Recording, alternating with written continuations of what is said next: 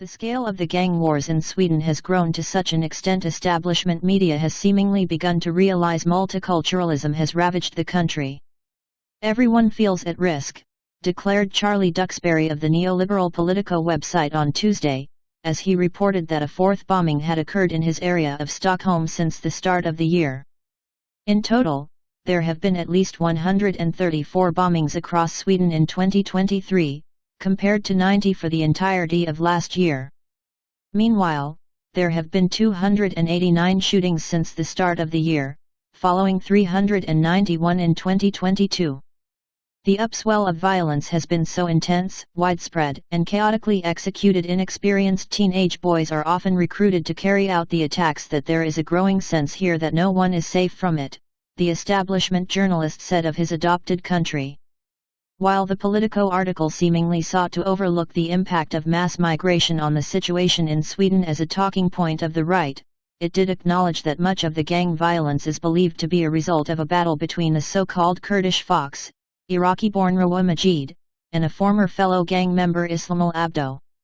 However, the Times of London was more blunt in its assessment last week, noting that the gunmen fighting for the rival factions are typically first or second generation immigrants who often grow up in the crime-ridden suburbs of Sweden's larger cities, with little sense of having a stake in mainstream society. The scale of immigration to the country, which soared in the wake of the 2015 European migrant crisis, has meant that now at least 1/5 of Sweden's population are foreigners. The migration-inspired gang violence has become a major political issue for the country, with Prime Minister Ulf Kristersson saying, "Sweden has never seen anything like this. No other country in Europe is seeing anything like this." In response, Kristersson has called upon the military to join forces with the police in crafting solutions to the growing gang wars, of which an estimated 30,000 people are currently involved, according to Swedish police.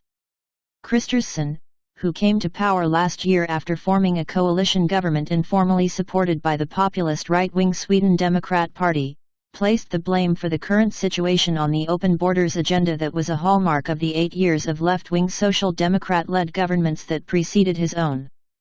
"It is an irresponsible immigration policy and a failed integration that has brought us here," Kristersson said last week, adding, "We will hunt the gangs, we will defeat the gangs."